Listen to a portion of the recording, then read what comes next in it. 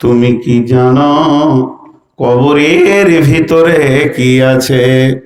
কবরের ভিতরে কোন জিনিস লুকানো আছে আপনি আমি জানি না, আমার রব জানেন।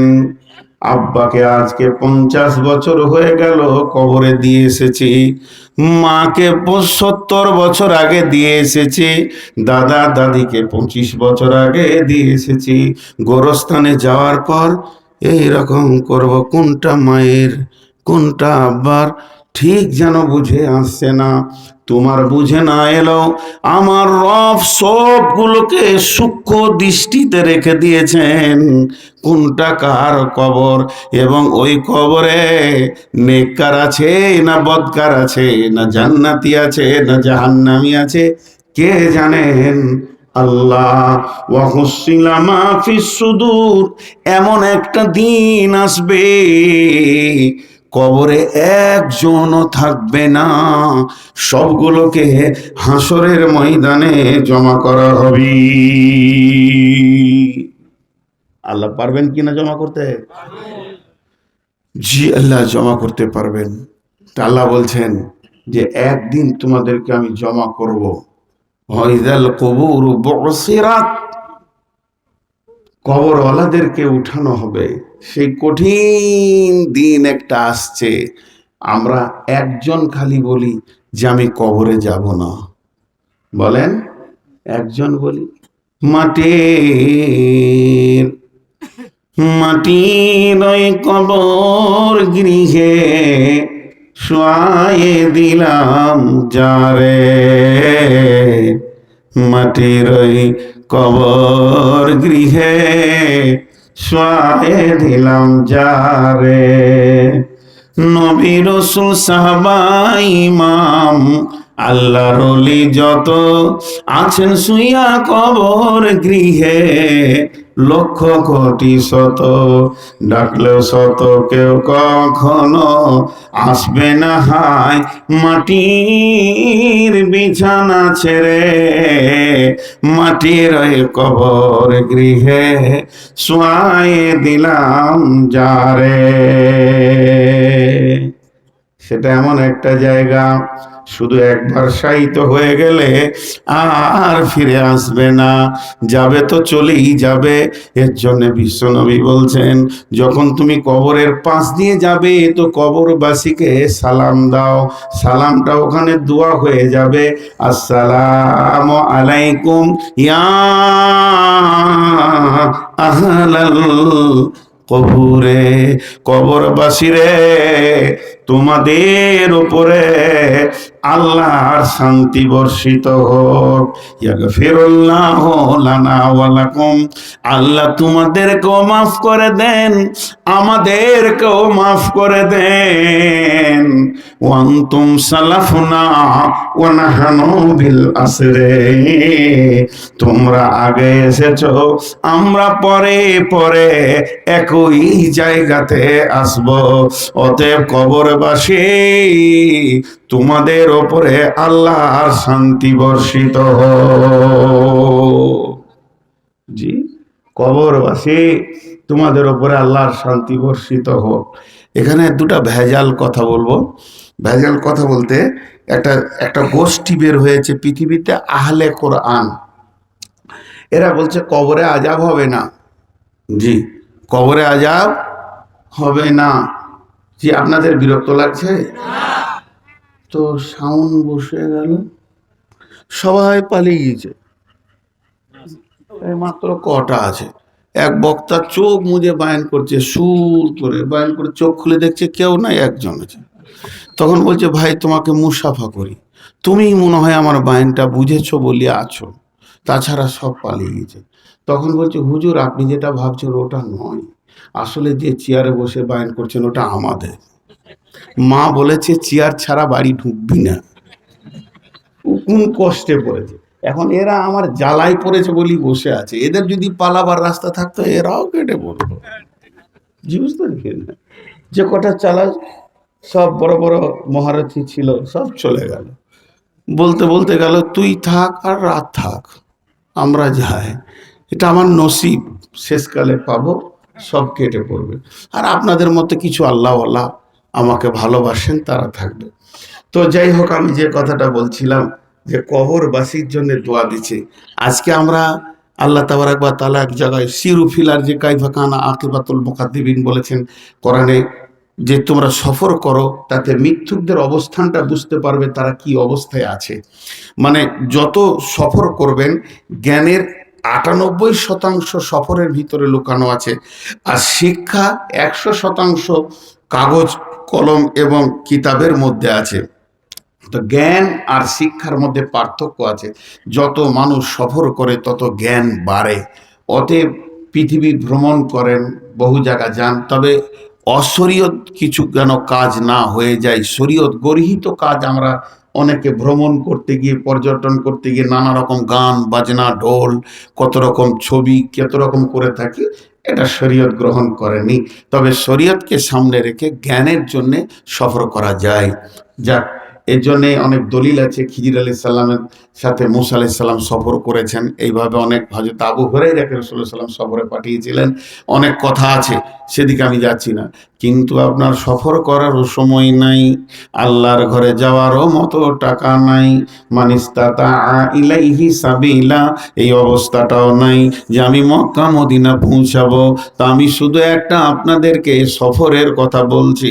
মক্কা মদিনা যদি ক্ষমতা না থাকে তো কিভাবে যাবেন, সেদিকটা জমার খাতায় রাখেন। একটিবার চিন্তা করে দেখেন, যখন আপনি কর্মবিরতি হয়ে যাবেন, যখন আপনার কাজ থেকে আপনি নিজেকে ফারেক করে ফেলবেন, কিছু সময় অবসর পেয়ে যাবেন, কোথাও যেতে হবে না, একবার গোরস্থানে গিয়ে দাঁড়িয়ে দেখবেন। আপনি গোরস্থানে দাঁড়ালে ওই কবরবাসীর লাভ হবে তা না। আমার আব্বা মা বর্ধমানে শুয়ে আছে, আমি বাংলাদেশ থেকে যদি আমার আব্বা মায়ের জন্য দোয়া করি, রব্বির হামহুমা কামা রব্বায়ানি সাগীরা, যতটা কাজ হবে আব্বার কবরের পাশে দাঁড়িয়েও দোয়া করলে একই কাজ হবে। কবরবাসীর কোনো লাভ হবে না। তবে যদি আমি আপনি কবরে যাই, তো নবীজি বলছেন, তুমি বলবে ওয়ান্তুম সালাফুনা, তোমরা আগে এসেছো, ওয়া নাহনু বিল আসরি, আমিও আসবো।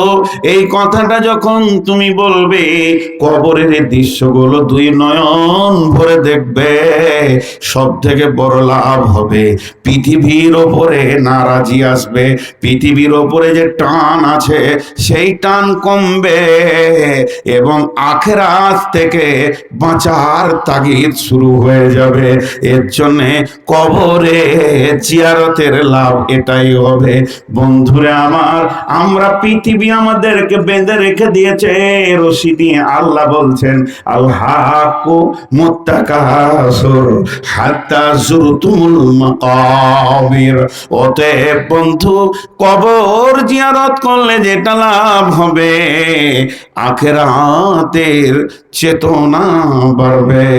মাটির ওই কবর গৃহে সোয়াইয়ে দিলাম যারে, এই মোর হাতে কোদাল দরিয়া কঠিন মাটির তলে, গাড়িয়া দিয়াছি কত সোনামুখ নয় চোখের জলে। হাত জোর করে দোয়া করো দাদু, এই খোদা রহমান, বেহেশত নসিব করিও গো তুমি, যত আছে মৃত্যু ব্যথিত প্রাণ। হ্যাঁ, কবরের আযাব সম্পর্কে আমাদের কোনো কিছুই নাই। আমরা পশু হয়ে গেছি। পশু না, উলাইকা কাল আনআম বাল হুম আযাল, পশুর থেকেও নিকৃষ্ট। এই খাসির মাংস বিক্রি হয় এরকম কসাইখানা দেখেছেন? হ্যাঁ, খাসির মাংস বিক্রি হয় এরকম কসাইখানা দেখেছেন? কথা বলেন না এতগুলি লোক। বাংলাদেশের বক্তারা বলবে, এই কথা বলে না, এই চিল্লাই না, তো তখন চিল্লান।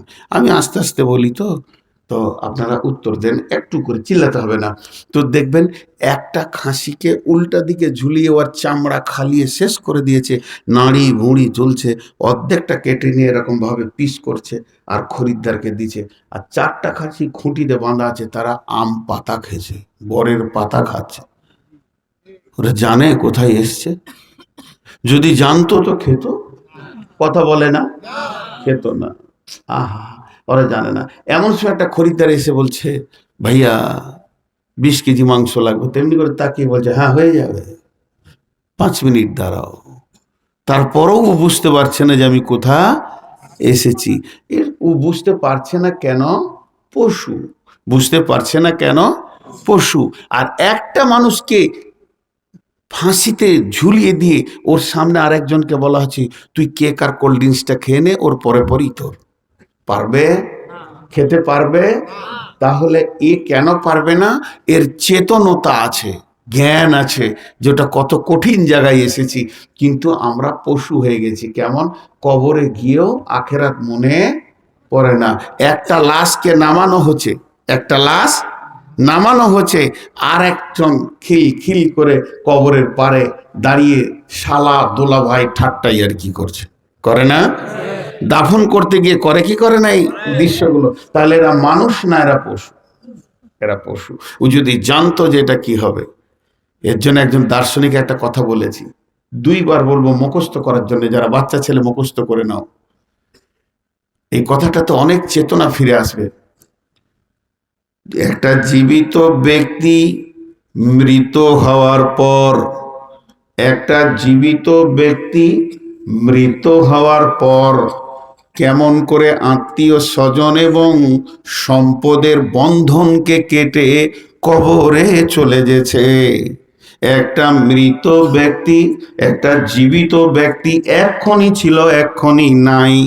চোখের সামনে দেখি আছে, আছে নাই। মুখে পানি দিতে দিতে আপন বিদায় নেই।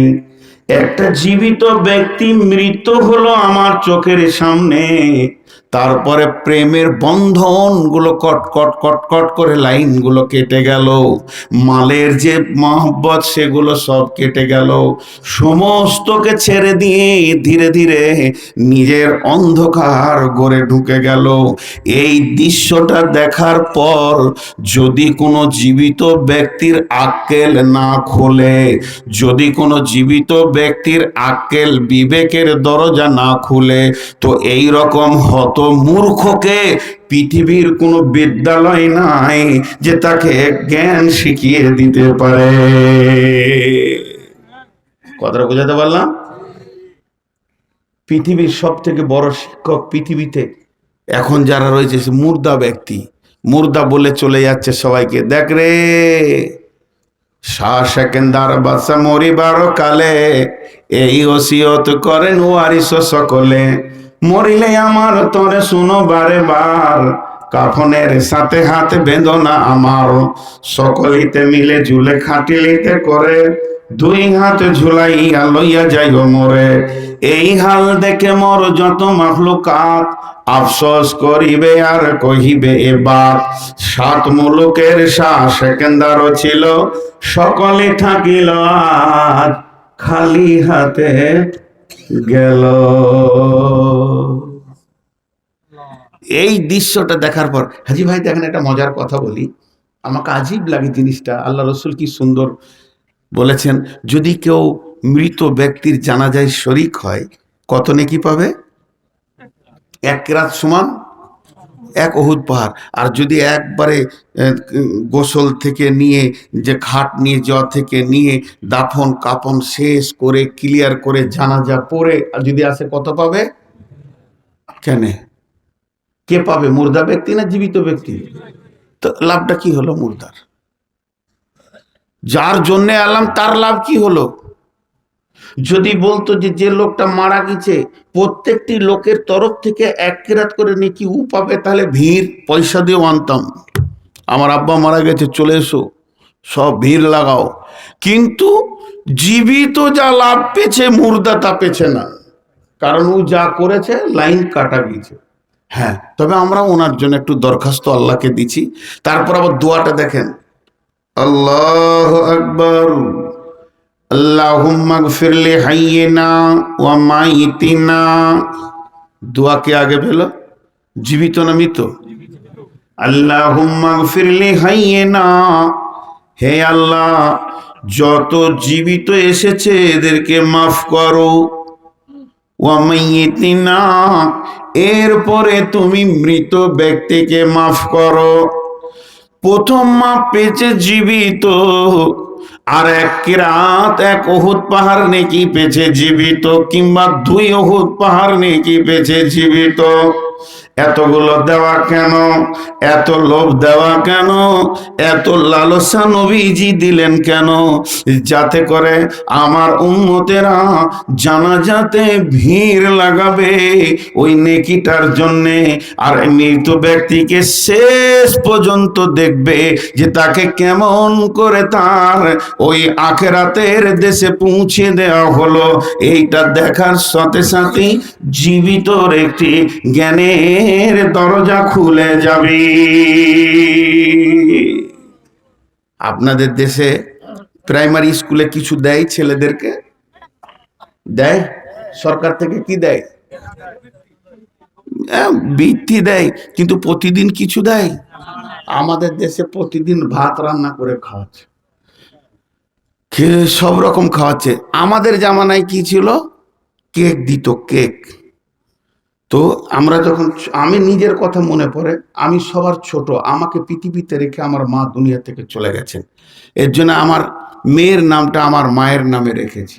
আমি আজও পর্যন্ত তার নাম ধরে ডাকি না, আম্মা বলে ডাকি। আর এটা আমার আব্বা। আমার আব্বা আজকে 20 বছর হলো পৃথিবী থেকে চলে গেছেন। তো যাই হোক, সেই আমার মা।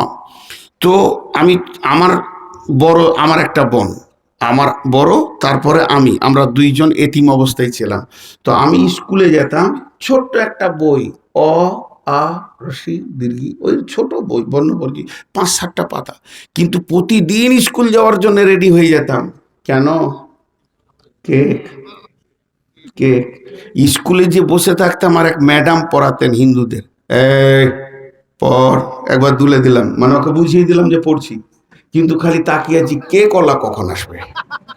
ঠিক টিফিনের সময় কে কলা ঢুকতো, তখন মনটা বড় হতো যে কাজ হয়ে গেছে, এখন পড়া যা হবে হবে। টাইমটা কখন ঘন্টা মারবে, এবার ঘন্টা মারবে তো কেকের লাইনে দাঁড়িয়ে যাবো। বইটাও নিতাম না, বই পড়ে থাকতো। তো আমার বোন, সে আমার থেকে 2 বছরের বড়, সে পড়তো, সে বুঝতো, সে আবার আমার বইটাকে কুড়িয়ে এনে আমাকে বাড়িতে দিত। এই যে বই ফেলে এসছিস তুই, কেক পেলে কি আর বই মনে থাকে?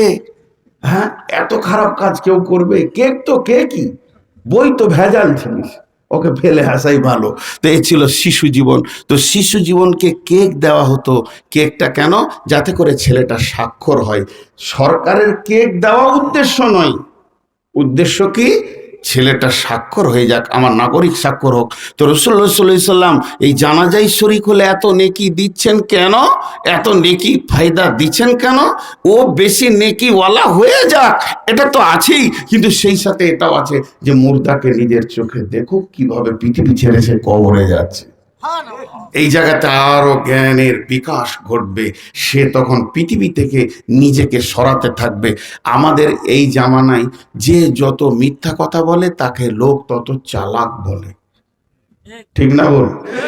যত মিথ্যা কথা বলবে, সেকেন্ডে যদি 5টা মিথ্যা কথা বলে, তখনই বলবে এই চালাক। আর যে সত্য কথা বলবে তাকে বলবে খ্যাপা, ছি ছি ছি ছি, একদম মাথা মোটা, কোনো হুঁশ নাই। হ্যাঁ, সত্য কথা যদি বলে। কিন্তু সাহাবীদের জামানায় ছিল, যে সত্য কথা বলতো সে চালাক, যে মিথ্যা বলতো সে ছিল ছি ছি ছি ছি, পাগল, বুদ্ধি নাই। আখেরাতটা বোঝাও। কেন কথাটা বললাম? সব থেকে চালাক কে? চালাক কোন ব্যক্তি? চালাক কাকে বলা হবে? যে ব্যক্তি পৃথিবীতে বেঁচে আছে এবং কবরের পুঁজিকে রেডি করে নিয়েছে, 20 তলা বিল্ডিং বানিয়েছে, ব্যাংকে ব্যালেন্স হয়েছে, অনেক টাকা জমে গেছে, সোনা জমে গেছে, সারা জমিনকে কিনে কোটি কোটি বিলিয়ন মিলিয়ন ডলারের মালিক হয়ে গেছে। এই ব্যক্তি চালাক নয়, চালাক হলো ওই ব্যক্তি যে কবরের রাস্তাটা ক্লিয়ার করবে।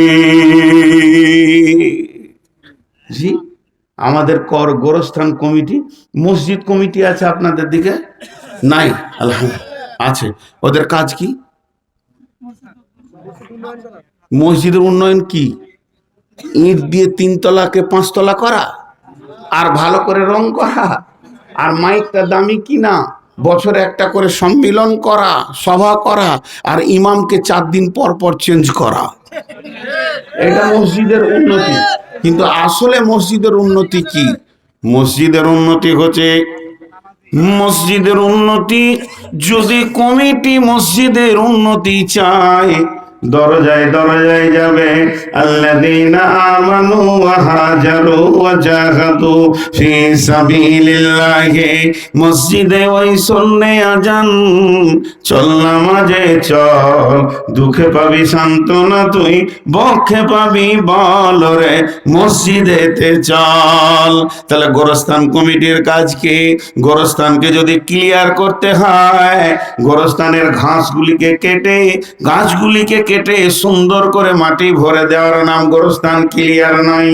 প্রকৃত যদি তুমি ক্লিয়ার করতে চাও, যারা গোরস্থানে যাওয়ার জন্য রেডি হয়ে আছে, কারোর তো টাইম জানা নাই, কবরে যাওয়ার জন্য কোনো রোগ হতে হবে না, সুস্থ ব্যক্তি চলতে চলতে ও কবরের প্রতীক হতে পারে। অতএব কবরে যেন ধরা না খায়। কবরে কি কি সিচুয়েশন আছে নবীজি বলে দিয়েছেন।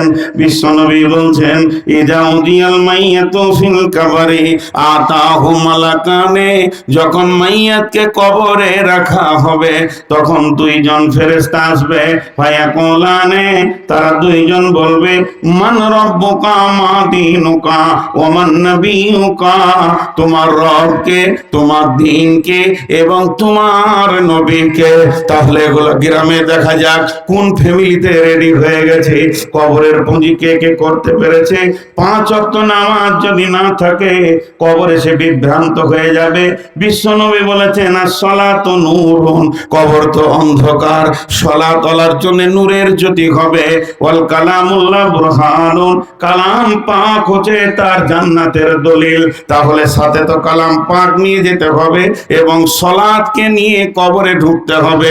তাহলে দুটি কাজ, একবারে 7 বছর থেকে 97 বছর পর্যন্ত যতদিন তার বিবেক ঠিক আছে, সে সলাতে দাঁড়াচ্ছে কিনা গোরস্থান কমিটি খবর নেবে।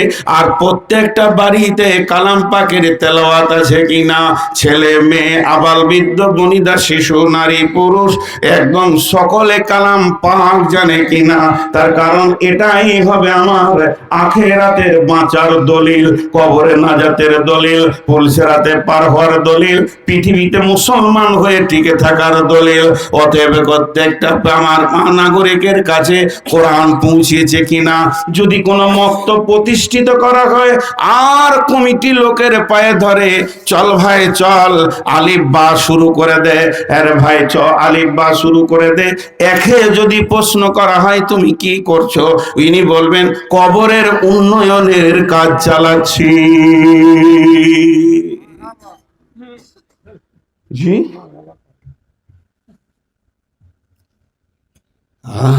কবরের উন্নতি কোথায় আছে এটা আমরা খুঁজে পাইনি। জি ভাই, একটু চিন্তা করি যে আমি কবরের জন্য কি তৈরি করলাম, আমার কতটা পুঁজি হয়েছে। এক্ষুনি আজরাইল আসবে, এক্ষুনি 2 সেকেন্ডের মধ্যে আপনাকে আমাকে নিয়ে যাবে। কে রেডি হতে পেরেছি, কতটা আমি নিজেকে তৈরি হতে পেরেছি যে আমি নিশ্চিত আছি কবর আমার সঙ্গে বিয়াদবি করবে না। জি, কবর আমার সঙ্গে বিয়াদবি করবে না নিশ্চিত আছি। কিন্তু আসলে আমাদের অবস্থা অন্য দিকে চলে গেছে, ওই দিকটা মনেই পড়ে না। আজকে এখন বাজছে কয়টা? 11:40। গত রাত 11:39 থেকে আজকে, গত রাত 11:41 থেকে আজকে রাত 11:40 পর্যন্ত কয় ঘন্টা? 24 ঘন্টার ভিতরে কবরকে কার কার মনে পড়েছে যে আমি কি করে থাকবো, কি করে যাব? বছরেও পড়ে না। দারুণ সত্য কথা বলছে, বছরেও মনে পড়ে না। নিশ্চিন্তে আছি, ঘুমিয়ে আছি আমরা না জেগে আছি?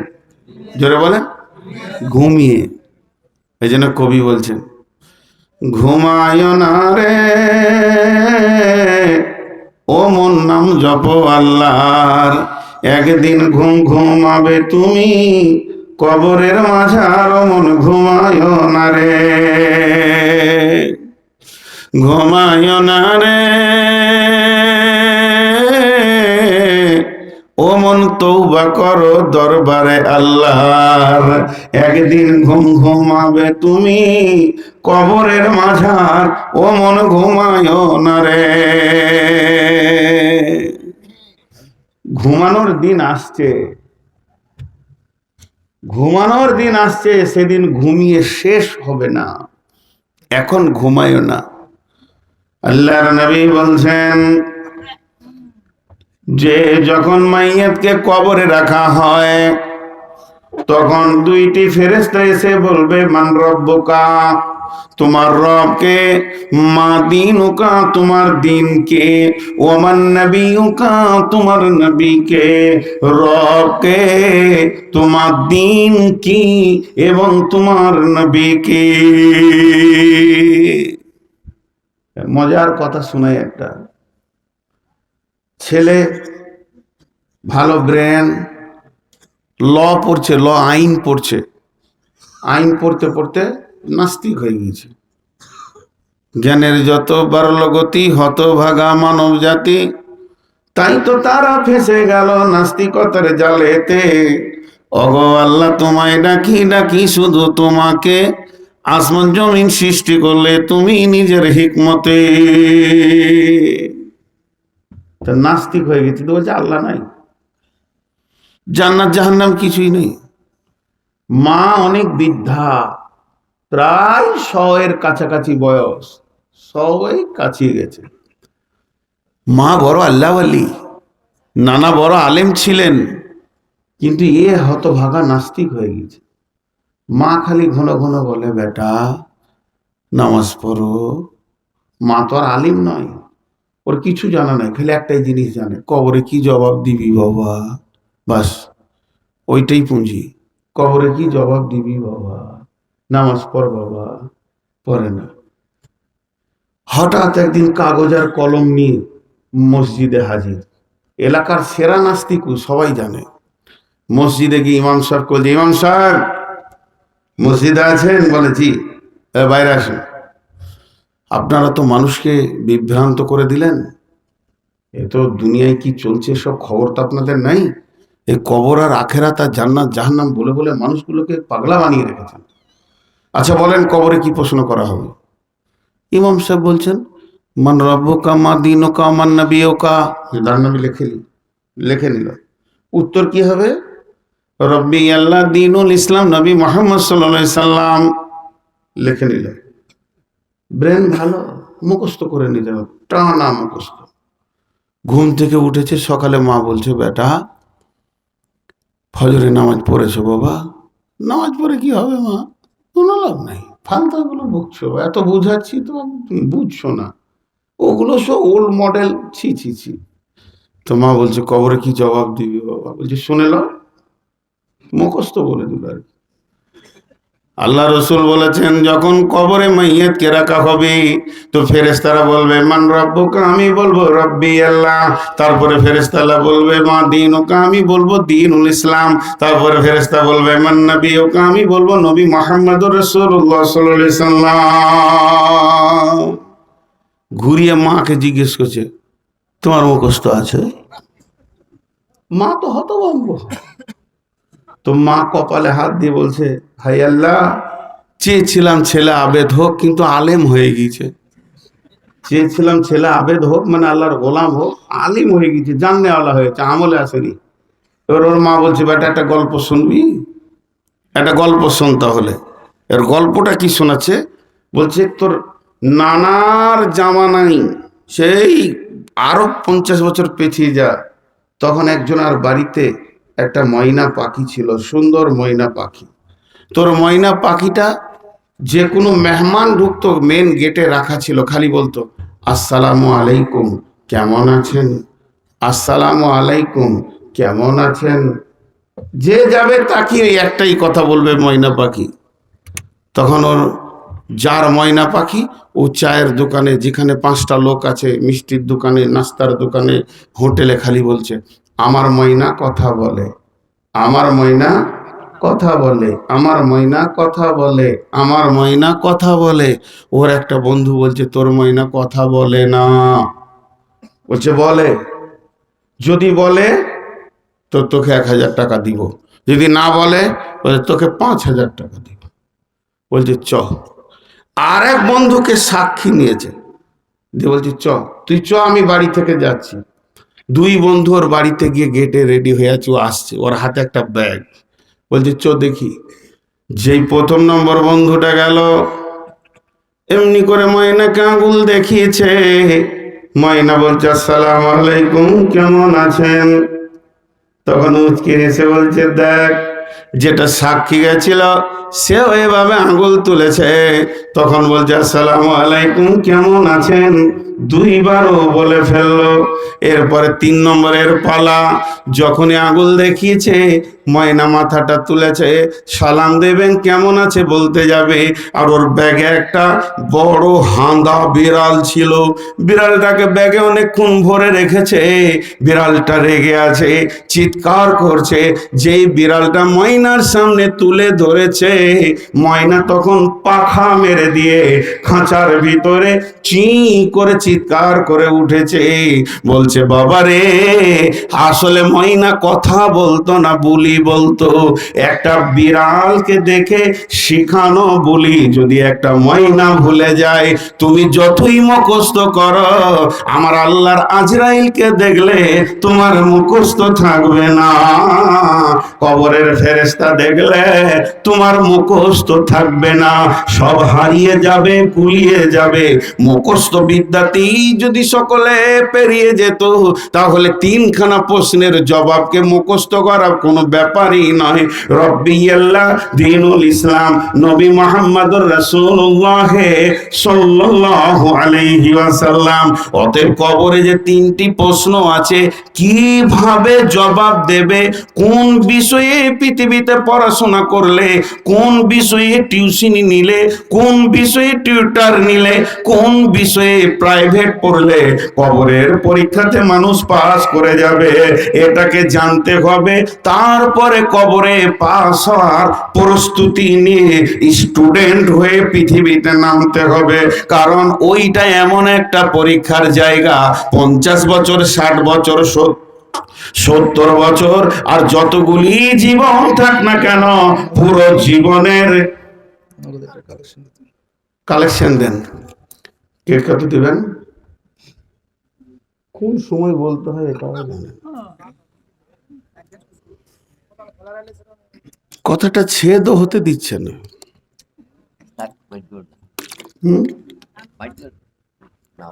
দেখেন, বয়ান করা অনেক কঠিন। এই চেয়ারে যে বসে সেই জানে।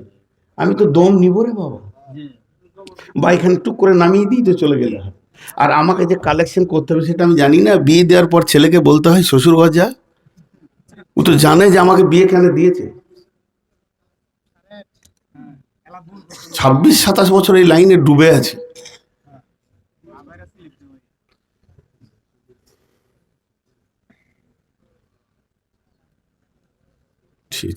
সব মন ভেঙে গেল।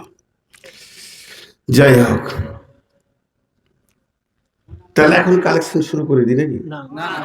আমি কালেকশন শুরু করলে 5 মিনিটের বেশি থাকবে না লোকগুলো, কারণ আমার পরে তো কোনো বক্তা নেই।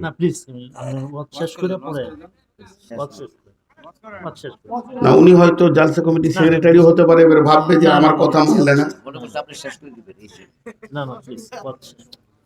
তো আল্লাহ তাবারাক ওয়া তাআলা ওই লোক কি করে উত্তর দিবে এ কথা জানতে হবে।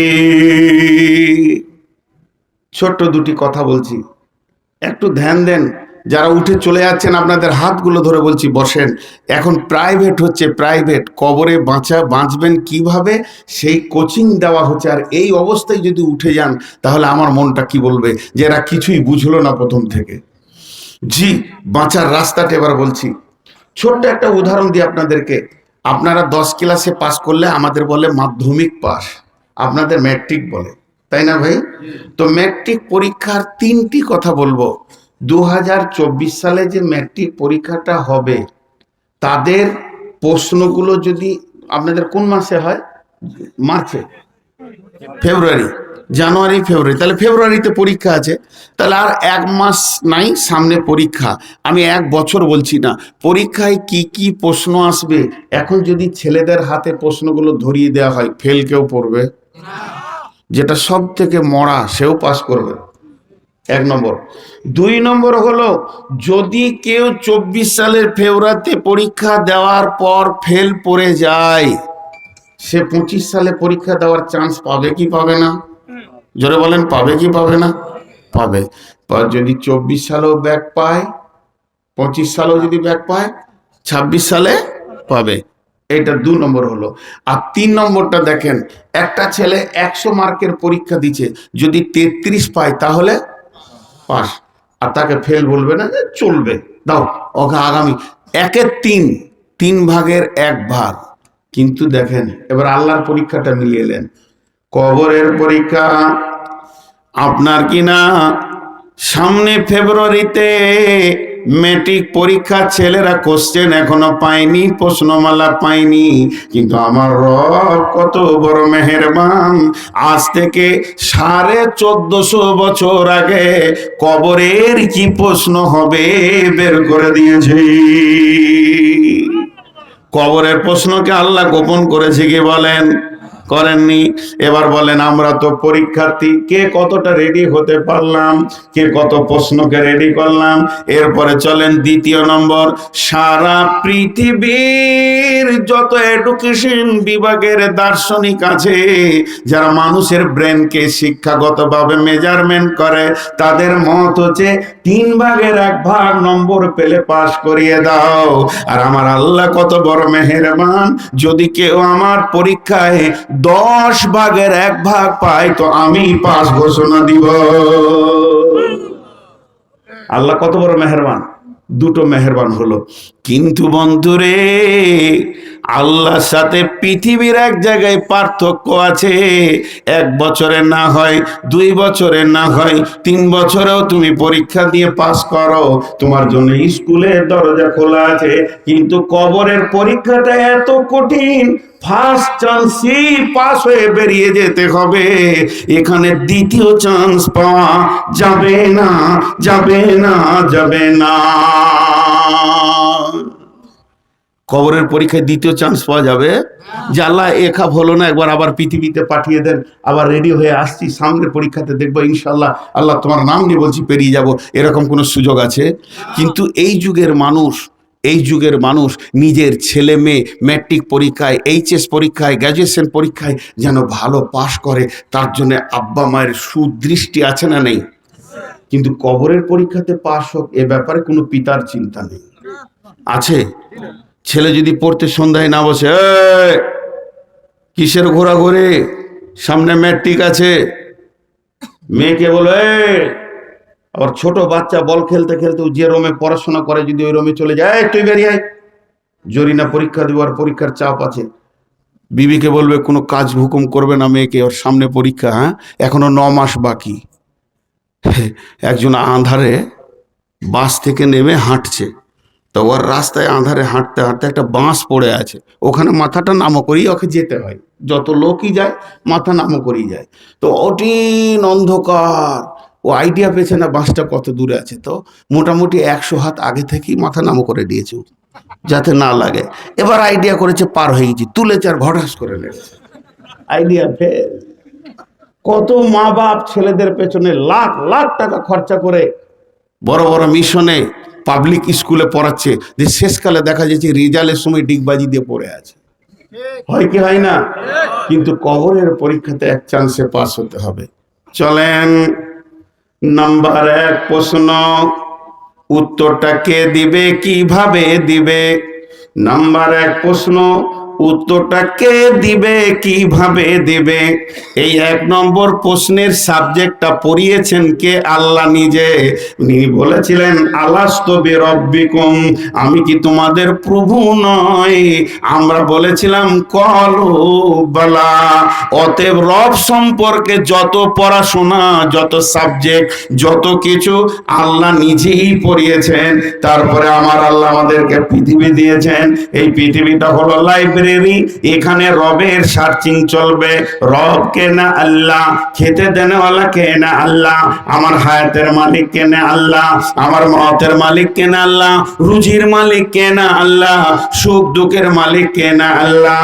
আজকে আমি বেঁচে আছি, বাঁচিয়ে রেখেছেন কে না? আল্লাহ। আমার সমস্ত দিকের মালিক কে? আল্লাহ। ভয় করব তো আল্লাহকে করব, ভয় তো চাইবো তো আল্লাহর কাছে চাইবো, মাথা নাম করব তো আল্লাহর কাছে করব। অর্থাৎ বন্ধুরে, ওই যে রব আল্লাহ নিজেকে আলামে আরওয়াতে দিয়েছে, এই রবটাকে যদি কেউ ধরে রাখতে পারে, শিখিয়েছেন আল্লাহ রব, বিষয়বস্তু ছিল রব, সাবজেক্ট ছিল রব, অনুশীলন ছিল রব। আল্লাহ নিজে ক্লাস করেছেন আলাস্তু বিরব্বিকুম। এই রবকে সারা পৃথিবীর বুকে শ্বাস জোয়া পর্যন্ত বেঁধে রাখতে হবে ইমানের দড়িতে। যে রবকে বেঁধে নিয়ে কবরে যাবে, ওকে যখন প্রশ্ন করবে কবরের ফেরেশতা মান রব্বুকা, ওর জবান থেকে অটো ভাবে বের হবে রব্বি আল্লাহ। জি, আমি দিল্লি গিয়েছিলাম 2001 কিংবা 2-এ, যা কোনো কাজে।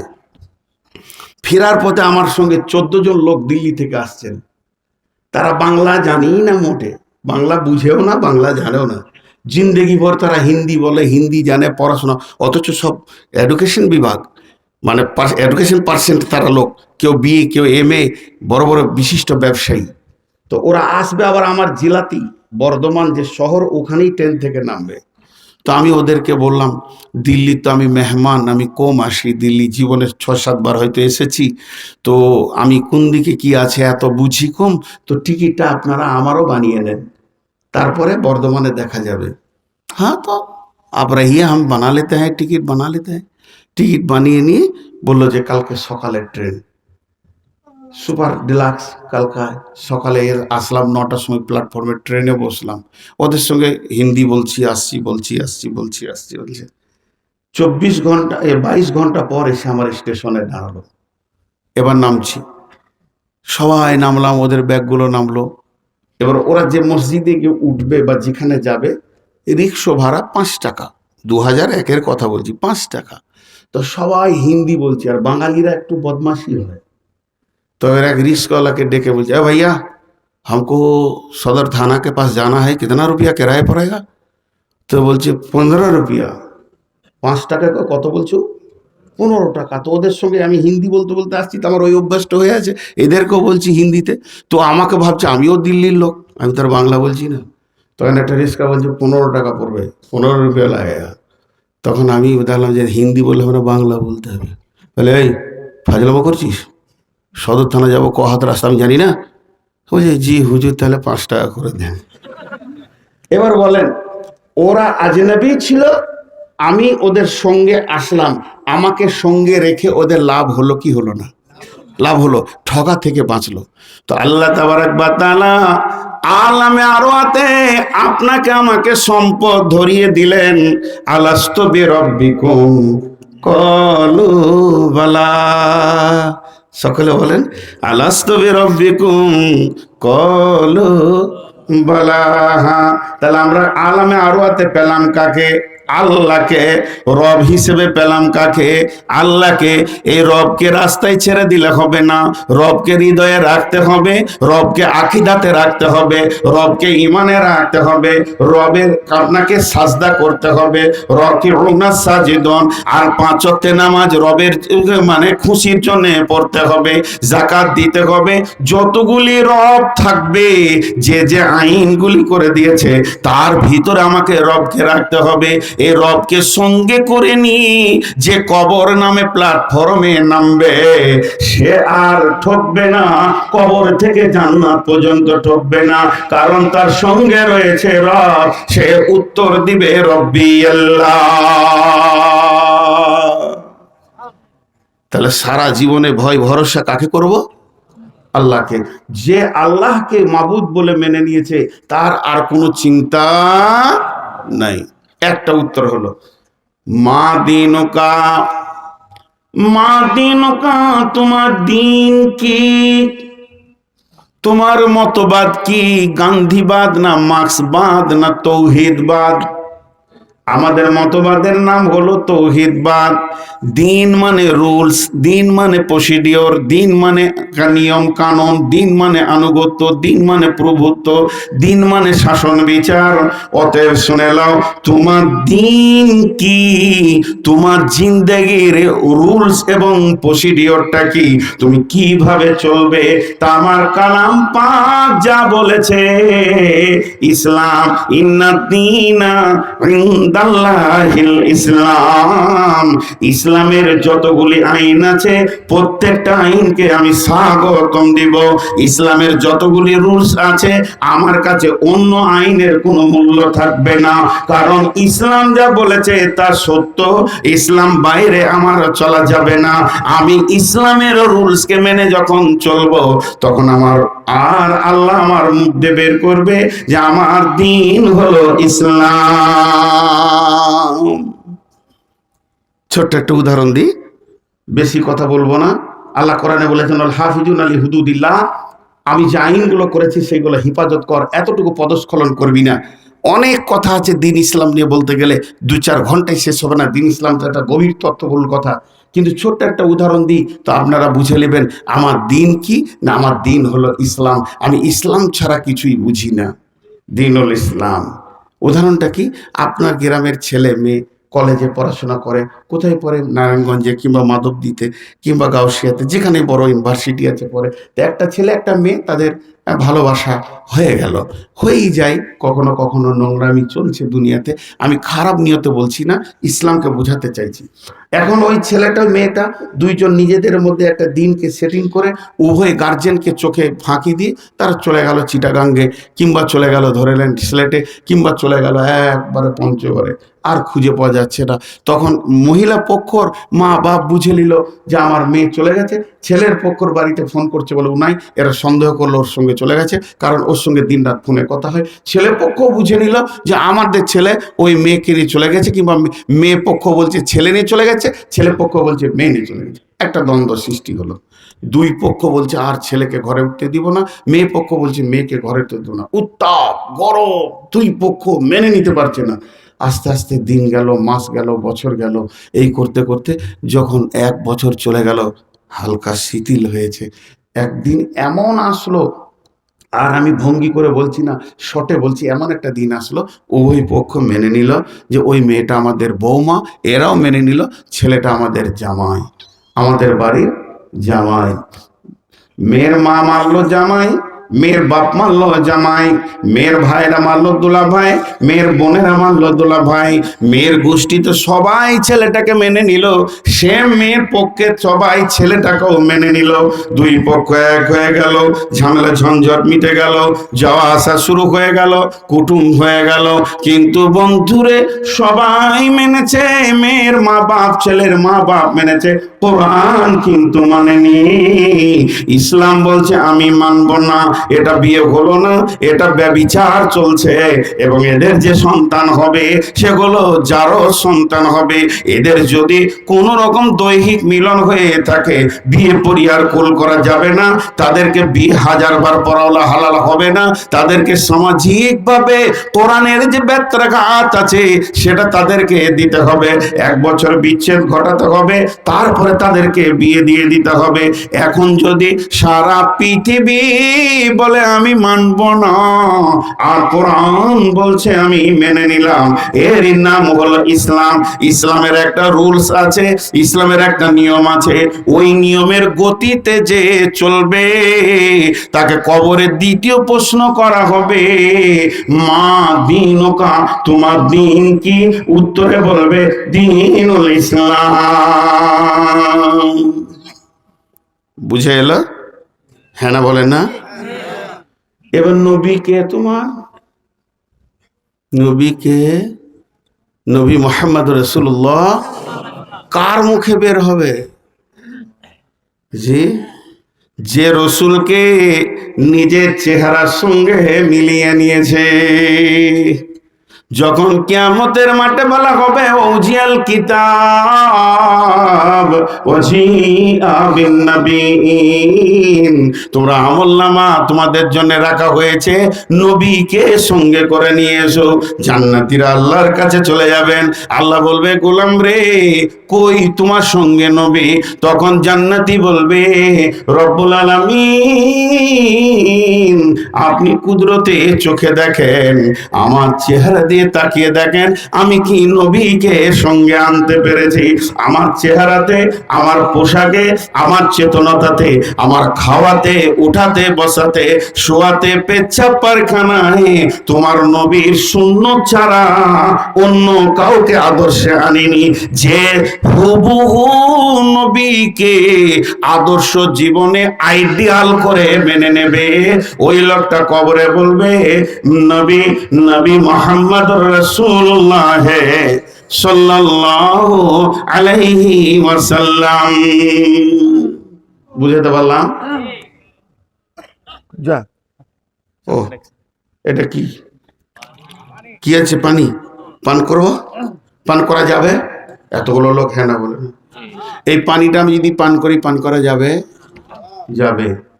এই পানিটা যে এখানে বোতলে ভরা আছে, আমাকে পেয়াস লেগেছে, এখন পান করব, পান করা যাবে? যাবে না। এই হাতে যাচ্ছিল, এই হাতে, কারণ এই হাতে নবী মুহাম্মদ সাল্লাল্লাহু আলাইহি সাল্লাম পান করেছে, করা যাবে। আর এই হাতে আসলে যাবে না। ওই লোক বলবে আমার নবী মুহাম্মদ সাল্লাল্লাহু আলাইহি সাল্লাম। একটা পানিতে যদি এতটা হয়, বাকি জীবনে যত সুন্নত আছে, চলা, উঠা, ফেরা, চেহারা, আপনার খাওয়া দাওয়া, পান করা, পেশাব, পায়খানা, হুবহু কাকে আইডিয়াল বানাতে হবে? নবী মুহাম্মদ রাসূলুল্লাহ সাল্লাল্লাহু আলাইহি সাল্লাম। এই তিনটে কাজ যে করবে, রাদিতু বিল্লাহি রাব্বাও ওয়া বিল ইসলামি দীনান ওয়া বি মুহাম্মাদিন নাবিয়্যা ওয়া রাসূলা, যে রাজি হয়ে যাবে আল্লাহকে রব রূপে, আল্লাহ ছাড়া কোনো উপাস্য নাই, আর আমার জীবন গাড়ি চালাবার কোনো আইন নাই, এক নম্বর ইসলামের আইনে চালাবো, আর আমার চেহারা চলাফেরার জন্য কোনো আইডিয়াল নাই, আইডিয়ালটা হবে নবী মুহাম্মদুর রাসূলুল্লাহ সাল্লাল্লাহু আলাইহি ওয়াসাল্লাম। তাহলে জেনে নেন ওই লোকটা কবরে আরামে বলবে রব্বি আল্লাহ দীনুল ইসলাম, নবী মুহাম্মদুর রাসূলুল্লাহ বলি সাল্লাল্লাহু আলাইহি ওয়াসাল্লাম। আজকের আমার টোটাল বক্তব্যের বিষয়টাই ছিল কবর। কবর একটা ভয়াবহ জায়গা, এখানে যে পার হয়ে যাবে সে সব জায়গায় পার হবে, আর কবরে যে ধরা খাবে সে সব জায়গায় ধরা খাবে। আপনারা এতগুলি মুসলমান বসে আছেন, আমি যখন এসে প্রথম বসলাম, আমার আগে ওই যে কালেকশন করছিল সিফাত হাসান, ওর কালেকশন দেখে আমাকে অবাক লাগছিল, ধরে ধরে অপারেশন করে দিছিল, বড় বড় কিডনি টেনে বার করে দিল। আমি পারবো না, আমি অবাক হয়ে শুনছিলাম, আমাকে ভালো লাগছিল, আমি বিরক্ত হইনি। ও আমাকে পরে বলছে হুজুর বিরক্ত হয়েন না। তা আমি বললাম না রে বাবা, বিরক্ত হয়নি, দেখে মজা লাগছিল, যে কারো আবার হাড় বের করে দেবে নাকি। তো যাই হোক, আমি তো ওইরকম পারবো না, তবে আমি আপনাদের কাছে ছোট্ট করে একটা কথা বলছি। আজকে টোটাল বক্তব্যটি ছিল আমার কবর। এবার আমি তখন আপনারা হাত তুলেছেন, মানলাম মানলাম না, আমি রসুলের উম্মত, আমি আল্লাহর গোলাম। তো শুধুমাত্র আপনাদের কাছে আমি 5 থেকে 7টা মিনিট চেয়ে নিচ্ছি, আল্লাহর ওপরে ভরসা রেখে, আল্লাহকে সাক্ষী রেখে। আপনি যদি উঠে যান তো আল্লাহকে জবাব দিতে হবে। এই রকম সাক্ষী রেখে যতটি লোক বসে আছেন একবার বলেন উঠবো না ইনশাআল্লাহ। এই যারা হাত তুলে না একটি পালাবে, এটি পালাবে, মাল ধরা খাইছে। জি বলেন যাবো না ইনশাআল্লাহ, হাত নামা। এখন আমি 5-7 মিনিট কালেকশন করব। আসলে সেফত হাসান সব টেনে নিয়েছে, জিসিপি টানা করে টেনেছে, আমার আর কিছুই পড়ে নাই, তুষ্টি আছে। তো এখন কেউ যদি আল্লাহর গোলাম আছেন কিছু দেওয়ার মতো, আলহাজ ইঞ্জিনিয়ার মোশাররফ হোসেন 30,000 টাকা, 30,000 টাকা। ইঞ্জিনিয়ার মোশাররফ হোসেন 30,000 টাকা। আচ্ছা কেমন ইনসাফ দেখেন, যে এলো বসে সে আছে চষে, লাড়াকাটাকে ভাত দে থেসে থেসে, আমি বকছি উনাকে টাকা দিচ্ছে। আল্লাহ আকবার, আমার নসিবই। আচ্ছা ইনশাআল্লাহ। জি, আর ইঞ্জিনিয়ার মোশাররফ হোসেন কত দিয়েছেন? 30,000 টাকা। আর এখানে আসলো 5,000 টাকা। আর কেউ আছেন ভাই আমার, আল্লাহর গোলাম রসুলের উম্মত? আচ্ছা ওই কমিটির ছেলেগুলো কই, সে ব্যাগওয়ালাগুলো? আচ্ছা আপনারা একবার ঢুকে পড়েন, ব্যাগ নিয়ে কিভাবে ঢুকবেন এটা শুনেন। ওই পেছন দিক থেকে সামনের দিকে আসেন, সবাই পেছন দিকে চলে যান। আমি 7 মিনিট টাইম চেয়ে নিয়েছি, দাঁড়ান দেখে নি। হ্যাঁ এখন থেকে 7 মিনিট, আমি 8 মিনিট করব না ইনশাল্লাহ। ইনশাল্লাহ 7 মিনিটেই দোয়া ঘোষণা করে দিব, সবাই বিদায় হয়ে যাব। জি পেছন দিক থেকে সামনের দিকে আসেন, সবাই পেছন দিকে চলে যান। জি আর কেউ আছেন 1-2 হাজার দেনেওয়ালা? ওয়ালাইকুম সালাম। মাস একজন মহিলা দিয়েছেন 2,000, আসলে ভাইয়া দিলেন 1,000। দেখেন জি, যার কাছে যা আছে একবারে শেষটুকু আপনি আল্লাহর জন্য দিয়ে দেন, আল্লাহর জন্য দিয়ে দেন, শেষটুকু দিয়ে দেন। যার কাছে আছে তাড়াহুড়ো করিও না বাবু, পেছন দিক থেকে ধীরে ধীরে আস্তে আস্তে হাঁটেন আপনারা, সকলে দিয়ে দেন।